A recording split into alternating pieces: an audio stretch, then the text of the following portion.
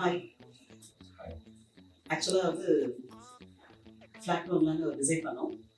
ஸ்ட்ரெயிட்டாவே அந்த எந்த ஆடு அதெல்லாம் எதுவுமே நாங்க பார்க்கவே இல்ல. ஸ்ட்ரெயிட்டா பாரதி கன்ஸ்ட்ரக்ஷன் ஆஃபீஸ்க்கே வந்துட்டோம். அப்புறம் அங்கேயிருந்து அவங்க பொழிச்சலூர்ல சைட்ல விசிட் பண்ணோம்.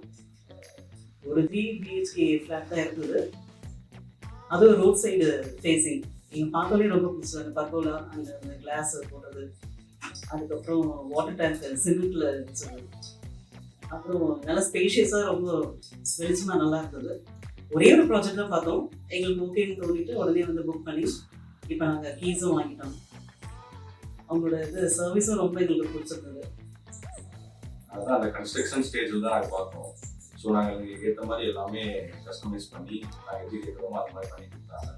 ப்ளஸ் இருக்க மேனேஜர்ஸ் சிஆர்எம்ஸ் வந்து எல்லாமே வந்து அவங்க ரொம்ப அப்ரோச்சபிளாக இருந்தாங்க. உங்களுக்கு சைட் சூப்பர்வைசரும் நாங்கள் என்ன கேட்குறோமோ எல்லாமே அதுக்கு ஏற்ற மாதிரி பண்ணி கொடுத்து எந்த ஒரு விஷயம் பண்ணாலுமே எங்களுக்கு கால் பண்ணி கேட்டு நான் இது பண்ண போகலான்னு டிஸ்கஸ் பண்ணிட்டு அதுக்கப்புறம் தான் பண்ணாங்க. ஸோ இந்த விஷயத்தில் வந்து பாரதி கன்ஸ்ட்ரக்ஷன் ரொம்ப நல்லாவே பண்ணிட்டு இப்போ நாங்கள் ஹவுஸ் வார்மிங் முடிச்சிட்டோம்.